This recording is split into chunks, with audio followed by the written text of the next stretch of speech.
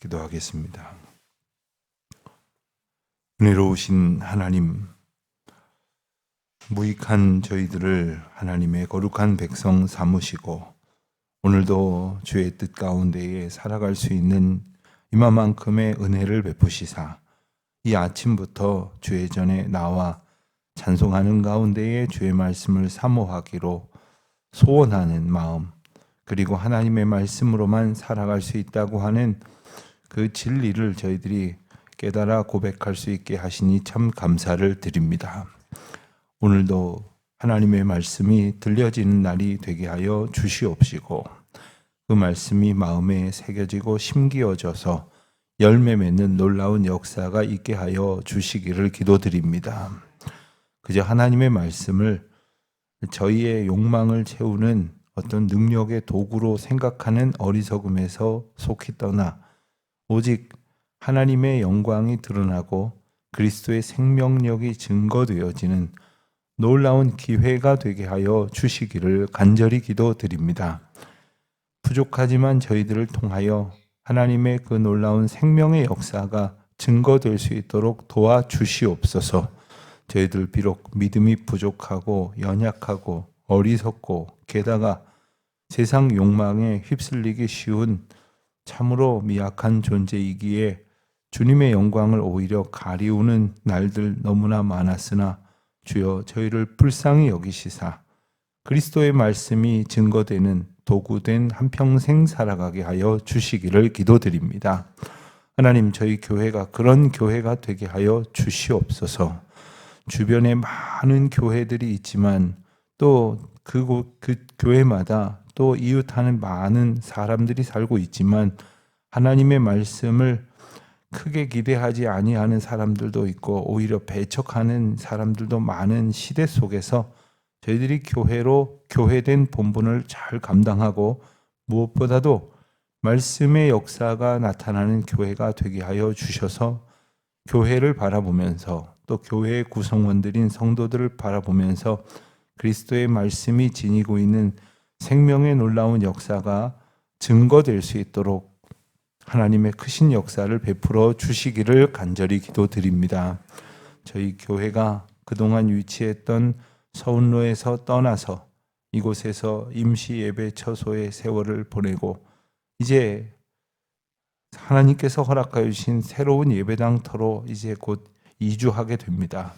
하나님, 저희를 인도하여 주셔서 광야의 시간 속에서 하나님의 하나님 되심을 알게 하여 주셨던 것처럼 이곳에서의 시간들이 그저 불편한 옛 추억으로 남겨지는 것이 아니라 하나님께서 역사하시고 생명력 있게 저희들을 인도하여 주신 구원의 날들을 살았음을 주님 앞에 찬송하며 또 세상 가운데 증거할 수 있는 귀한 시간으로 마음에 새겨지게 하여 주시옵소서. 하나님, 이제 입당을 준비하면서 해야 할 일이 참 많습니다. 주님, 저희들에게 지혜를 주시옵소서. 그리고 이 모든 일 잘 감당할 수 있도록 주님 친히 인도자가 되어 주시옵소서. 여러분, 여러 가정이 또 여러 생업을 이제 뒤로 미뤄두고 주님의 전을 아름답게 준비하는 일에 매진하고 있습니다. 하나님 도와주셔서 주님의 아름다운 집을 세워가고 이제 입당을 준비하는 일 앞에 헌신한 모든 일들을 하나님의 은혜로 안보하여 주시옵시고 죄의 평강으로 덧입혀 주시옵소서. 오늘도 이 귀한 말씀 저희들에게 들려주실 때에 말씀이 되어 우리 가운데 생명력 있게 심겨지는 은혜의 날 되게 하옵소서. 감사하오며 예수님의 이름으로 기도드립니다. 아멘. 마태복음 13장 말씀을 보겠습니다. 1절부터 17절까지 함께 봉독합니다. 마태복음 13장 1절부터 봉독합니다.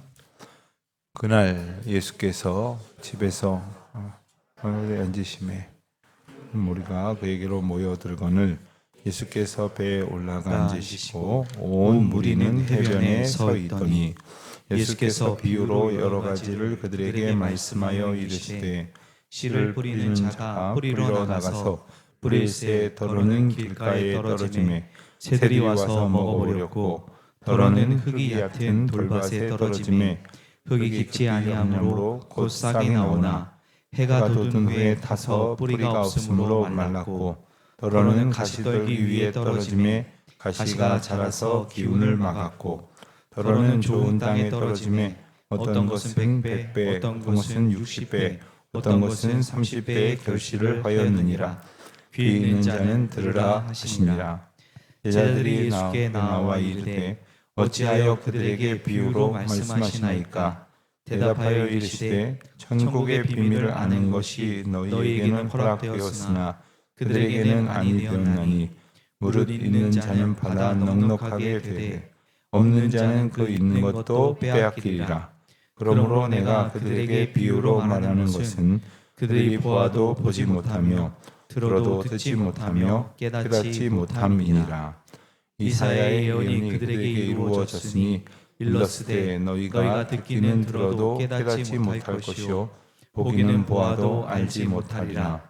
이 백성들의 마음이 완악하여져서 그 귀는 듣기에 둔하고 눈은 감았으니 이는 눈으로 보고 귀로 듣고 마음으로 깨달아 돌이켜 내게 고침을 받을까 두려워함이라 하였느니라.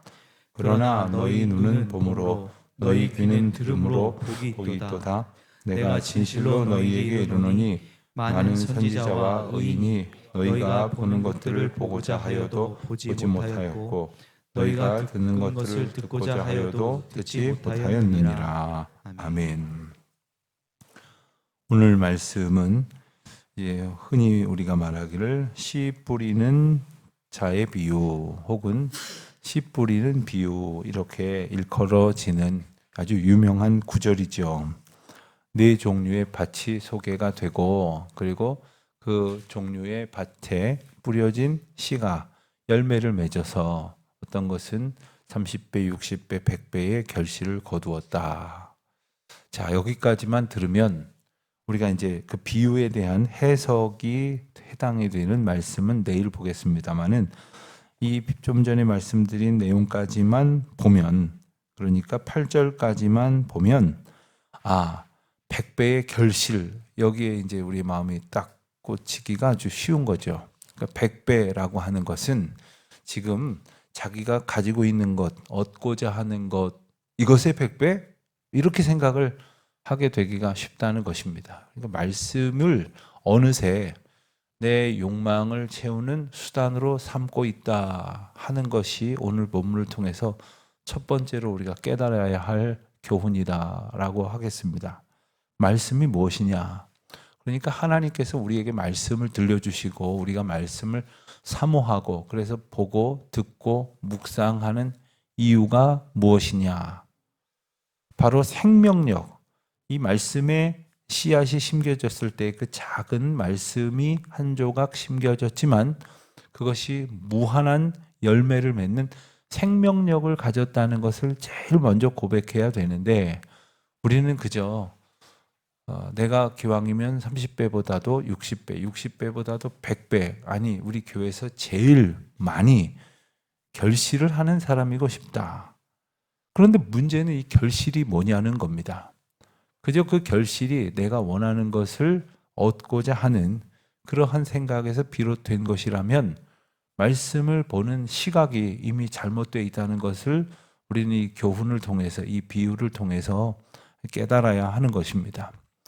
더러는 이 말씀이 아주 유익하게 들려질 수도 있고 또 어떤 분들은 그런 말씀을 저도 몇 번 들어봤는데 특히 이 회사를 경영하거나 아니면은 뭐 기관장을 맡고 계시다거나 이런 분들은 이 월요일 날이나 화요일 날쯤 뭐 직원들 조회를 한다거나 혹은 뭐 일주일에 한 번씩 뭐 직원 뭐 간부 회의를 한다거나 할 때에 뭔가 좀 근사한 이야기를 조금 던져놓고 뭔가 이렇게 리더십으로서의 이야기를 하고자 할 때 설교 시간에 들은 얘기를 써먹기가 아주 좋다는 거예요. 그래서 그런 얘기가 나오면 막 열심히 적으세요. 그래서 열심히 적어놓고 그리고는 그걸 가지고 가서 남들 앞에 이야기하면 참 좋은 말씀, 교훈이 될 만한 좋은 말씀을 어디서 그렇게 구하십니까? 이런 소리도 듣는다는 이야기를 하세요. 그러면서 하시는 말씀이 목사님 말씀이 참 좋은 말씀입니다. 이러는데 사실 그럴 때 저한테 하시는 말씀은 참 절망적인 이야기예요. 그거는 목사에게 칭찬이라기보다는 감사라기보다는 내가 써먹기 좋은 이야기, 세상에서 어디다가 쓰기 좋은 이야기를 들었습니다. 오늘 말씀 참 좋았습니다. 이렇게 반응할 때에도 그저 이 말씀이 내게 귀에 달고 혹은 내가 어디 가서 뭔가를 아는 체 하기에 좋고 그리고 뭔가 이것은 무엇이다라고 설명하기에 합당한 어떤 나의 지식을 더하여 줬다라고 생각을 한다면 이미 말씀을 대하는 자세가 뭔가 조금 어긋나 있다고 하는 것을 우리가 느껴야 합니다. 이 말씀이 우리 가운데에 능력이 되는 것은 그 말씀이 생명력을 가졌기 때문인데 그 말씀이 때로는 우리 마음 가운데에 심겨져서 이렇게 열매를 맺는 그런 전혀 어렵지 않은 표현이 될 때가 있지만 때로는 말씀이 좌우의 날선 검과 같다고도 말씀을 하셨어요. 좌우의 날선 검이 우리의 마음에 들어와서 마치 무슨 외과 수술을 할 때에 배를 가르고 그리고 뱃속에서 잘못된 상한 썩어가는 그런 장기를 다 도려내야 되는 것처럼 그 아픔 각고의 노력, 뼈를 깎는다고 하지 않습니까? 이런 노력을 거치면서 생명의 능력이 회복되게 하는 그 본질이 바로 말씀이라는 사실을 우리는 깨달아야 하는 것입니다. 두 번째로 우리가 기억해야 될 것은 이 3절, 4절에 나오는 말씀, 5절, 6절까지 나오는 말씀을 보면 어떤 밭이 있다는 소개가 나옵니다. 그래서 길가와 같은 밭도 있고 돌밭과 같은 밭도 있고 그리고 가시떨기와 같은 밭도 있다. 그리고 이제 네 번째로 8절에 가서 좋은 땅이 있다고 하죠. 그러면 우리는 생각을 하기를 좋은 땅이 돼야겠구나. 좋은 땅이 되자. 혹은 좋은 땅이 됩시다. 심지어는 이 본문을 가지고 언젠간 이 본문을 연구하다 보니까 어떤 아티클을 봤는데 그러니까 설교 말씀의 제목 자체가 좋은 땅이 됩시다 이렇게 말하더라고요. 그런데 분명히 알아야 할 것은 비유로 말씀하실 때 우리를 이 중에서 뭐로 비유하셨겠습니까? 씨로 비유하셨겠습니까?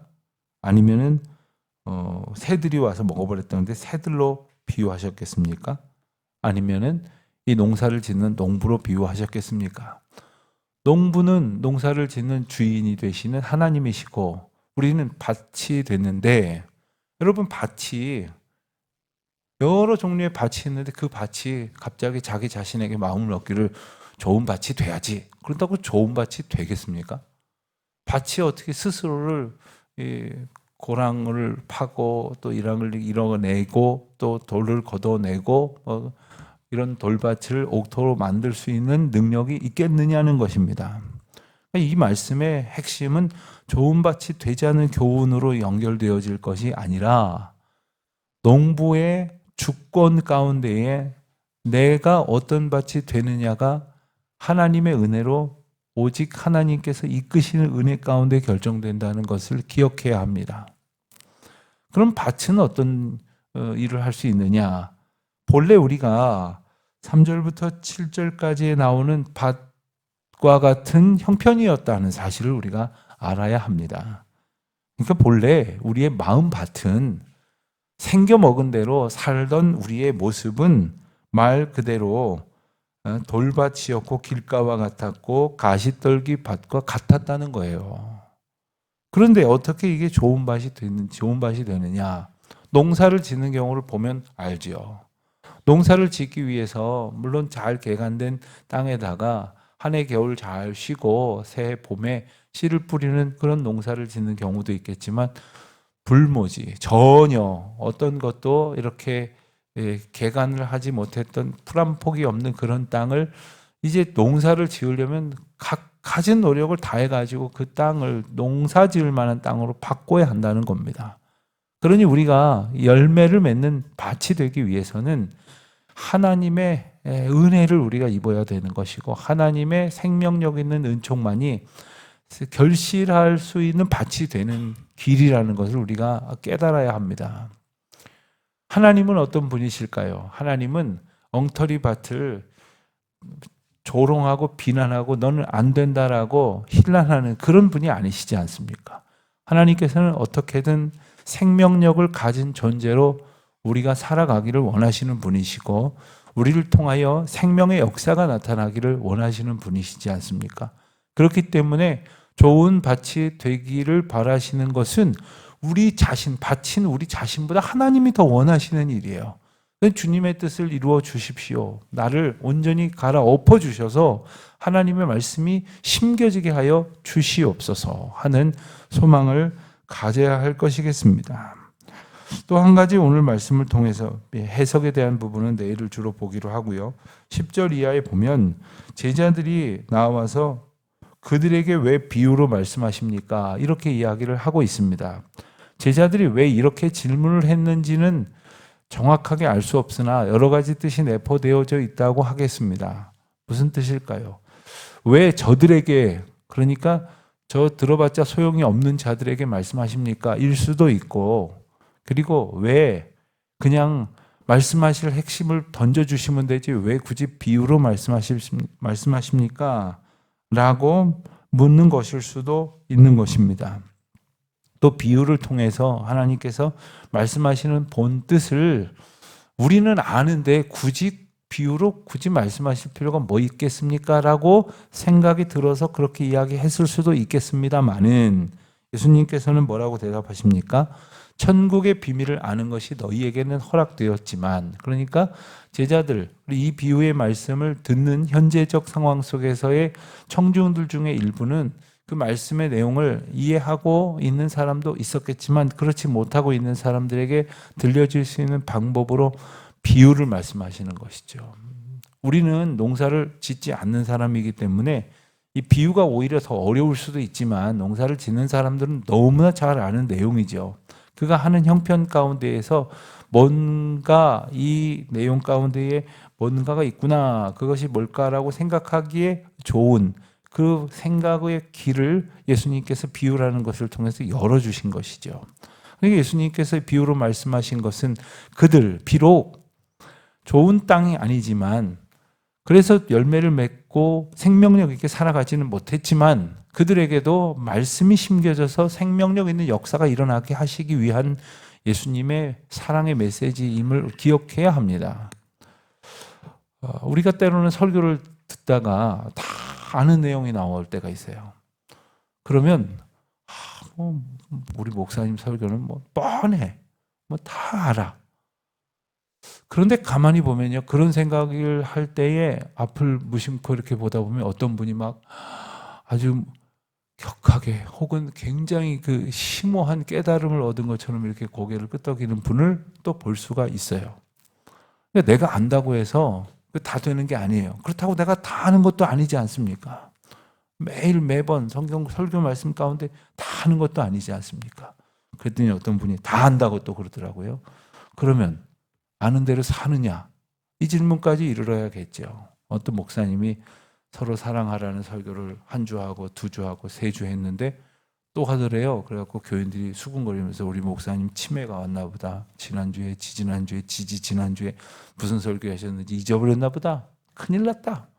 그리고서는 장로님들이 찾아가서 물었다죠. 목사님 지금 똑같은 설교를 지금 3주째 하셨습니다. 그랬더니 목사님이 압니다. 아무리 설교해도 서로 사랑하려고 하는 미동도 하지 않길래 또 설교한 거 아닙니까? 하셨다는 거죠. 오늘 찬송도 했죠. 평생에 듣던 말씀, 평생에 듣던 말씀.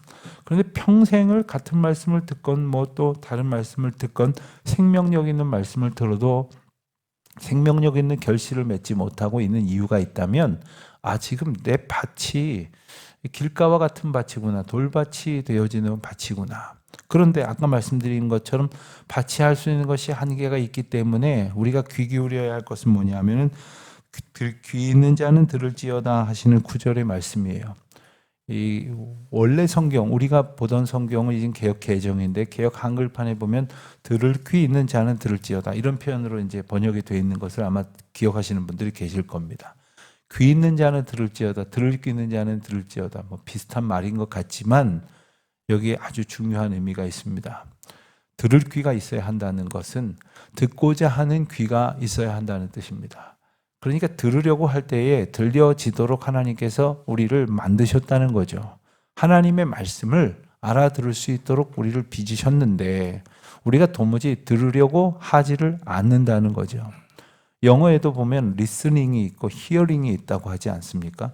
그러니까 들으려고 할 때에 들려지는 것인데 우리가 할 수 있는 것은 뭐냐면 듣고자 하는 마음, 이 듣고자 하는 마음을 또 솔로몬의 기도에서 말하는 그 지혜로운 마음. 그래서 솔로몬이 지혜를 구하지 않았어요.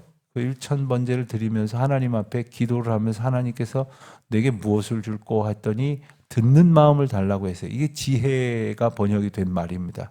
이 듣는 마음, 레브라고 번역이 된 이 말이 바로 듣는 마음이라는 거예요. 하나님께서 우리에게 하시는 말씀을 듣고자 하는 마음을 가졌을 때에 우리가 지혜가 생기는 것이고 그 지혜가 생명력 있는 은혜로 우리에게 작용되어지는 것이죠.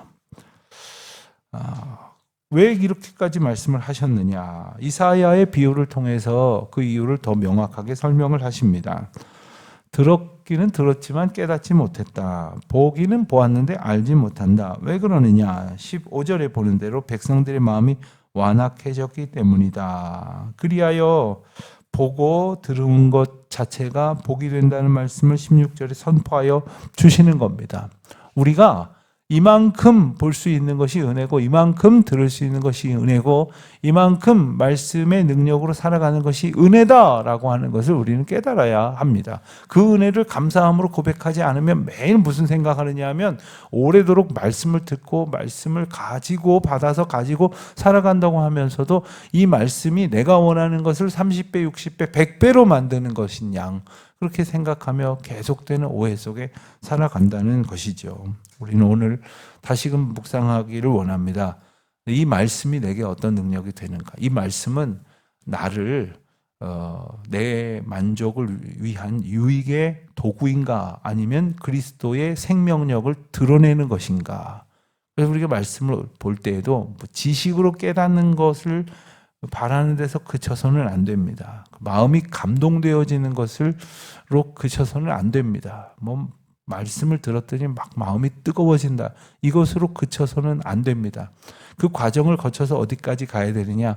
그리스도의 생명력이 우리 가운데 심겨져야 되는 거예요. 예수 그리스도의 살아계심이 내 마음 가운데 새겨져야 되는 것입니다. 그래서 오늘을 어떻게 살아가야 되느냐? 자고 일어나서 조금 회복한 기운으로 살아가는 게 아니라 말씀이 주시는 그리스도의 생명력으로 살아가는 것이죠. 오늘도 여러분들이 여러 가지 일들을 하시겠죠. 우리가 감당해야 될 일들이 있지 않겠습니까? 오직 말씀이 우리 가운데 심겨짐으로써 일어나는 놀라운 생명의 역사로 능히 감당하여 주님께 영광이 되고 이웃의 증거가 되는 하루가 되시기를 축원드립니다. 하나님 아버지 감사합니다. 비록 저희들 형편없는 밭이었지만 하나님의 전적인 은혜로 이만큼의 생명력을 깨달을 수 있는 은혜의 밭으로 변화시켜 주셨으니 참 감사합니다. 오직 하나님의 은혜를 따라 오직 하나님의 말씀이 심겨지는 그 능력을 힘입어 오늘도 결실하는 은총의 시간을 살게 하여 주시옵소서. 들을 게 있는 자가 되게 하여 주시옵소서. 주님 저희들에게 듣는 마음을 더하여 주시옵소서. 말씀을 사모하게 하여 주시옵소서. 주신 말씀을 꼭 붙들고 살게 하여 주옵소서. 예수님의 이름으로 기도드립니다. 아멘. 하늘에 계신 우리 아버지, 아버지의 이름을 거룩하게 하시며 아버지의 나라가 오게 하시며 아버지의 뜻이 하늘에서와 같이 땅에서도 이루어지게 하소서. 오늘 우리에게 일용할 양식을 주시고 우리가 우리에게 잘못한 사람을 용서하여 준 것 같이 우리 죄를 용서하여 주시고 우리를 시험에 빠지지 않게 하시고 악에서 구하소서. 나라와 권능과 영광이 영원히 아버지의 것입니다. 아멘.